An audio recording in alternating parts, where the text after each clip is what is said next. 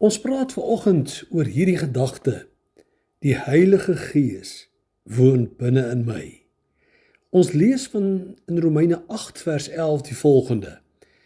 En as die Gees van hom wat Jesus uit die dode opgewek het, in julle woon, dan sal hy, wat Christus uit die dode opgewek het, ook julle sterflike liggame lewend maak, deur sy Gees wat in julle woon.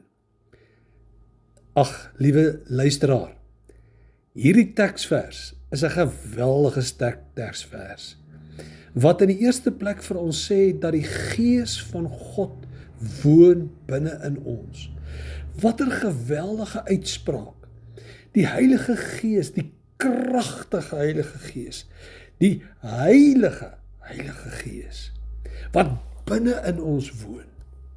As hy in ons is, dan sal hy ook, net soos Christus, ons lewende liggaam, ons sterflike liggaam lewend maak deur sy Gees.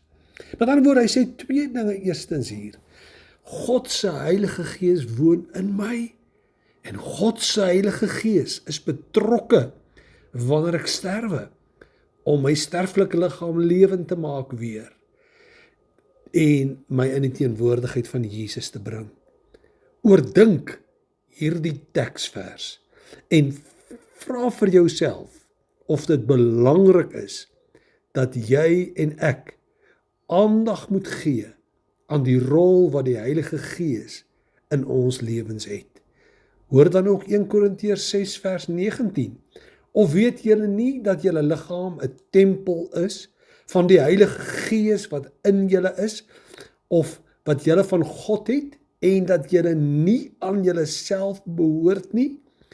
Want julle is duur gekoop. Verheerlik God dan in julle liggame en in julle gees, wat aan God behoort. Hier hoor ons dit weer eenmaal. Die Heilige Gees woon binne ons, en ons behoort nie aan onsself nie. Ek wonder, hoeveel mense, wat hulle geestelike lewe betref, laat die Heilige Gees toe om hulle te lei en besluite te neem, of besluit self. Wanneer dit kom by kerkbywoning, by wat ons gee, by hoe ons lewe, by wat ons bydra, by wat ons insit in ons bedieninge. Here, lei u Gees my vandag, of lei my vlees my vandag? Onthou hierdie woorde, dat julle nie aan julle self behoort nie, maar aan God, wie se Gees binne in julle woon. Woon God se Gees in jou? Dan loof ek God saam met jou vanmôre.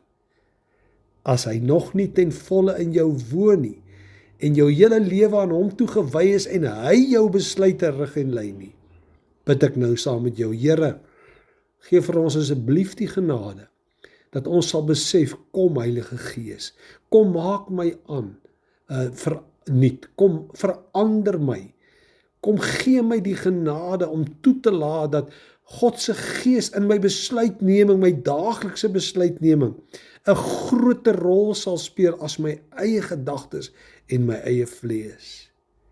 Seën ons op hierdie Woensdag, Here, om bewus te wees van die Gees van God wat in ons is en wat ons lei, wat ons moet sê, wat ons moet doen en hoe ons sal beweeg. In Jesus mooi naam. Amen.